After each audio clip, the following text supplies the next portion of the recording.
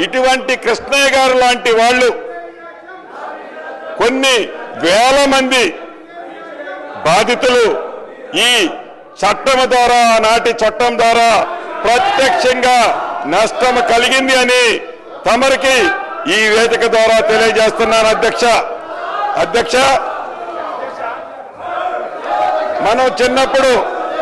చదువుకున్నాం ఒక పిట్ట కథ మీకు చెప్పాల్సిన అవసరం ఉంది అధ్యక్ష రెండు పిల్లులు రొట్టె కథ ఈ ధరణిలో ఉంది ఏదైతే రెండు పిల్లుల మధ్య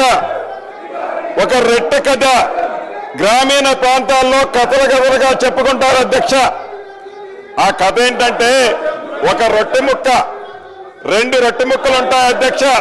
ఆ రొట్టె ముక్కలో ఒక పిల్లి ఆ సైజ్ ఎక్కువ ఉందని ఇంకొక పిల్లి ఈ సైజ్ ఎక్కువ ఉందని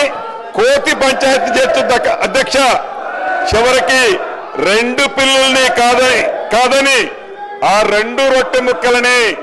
ఆ కథలో కోతి తిన్నట్లే ఈ ధరణి కాన్సెప్ట్ ని పెట్టి తెలంగాణ రాష్ట్రంలో ఉండే దళిత గిరిజన మైనారిటీ బీసీల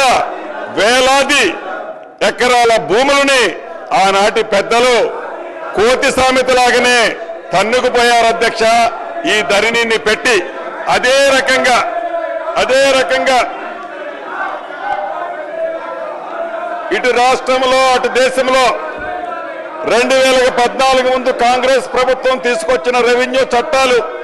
సంస్కరణలు అని ఇక్కడ చెప్పాలి అడుగుజాడల్లో అధ్యక్ష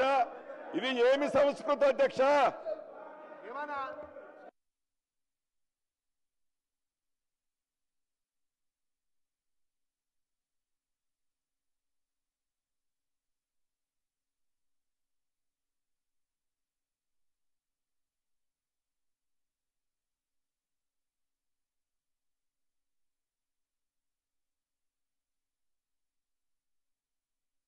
చేసే విధంగా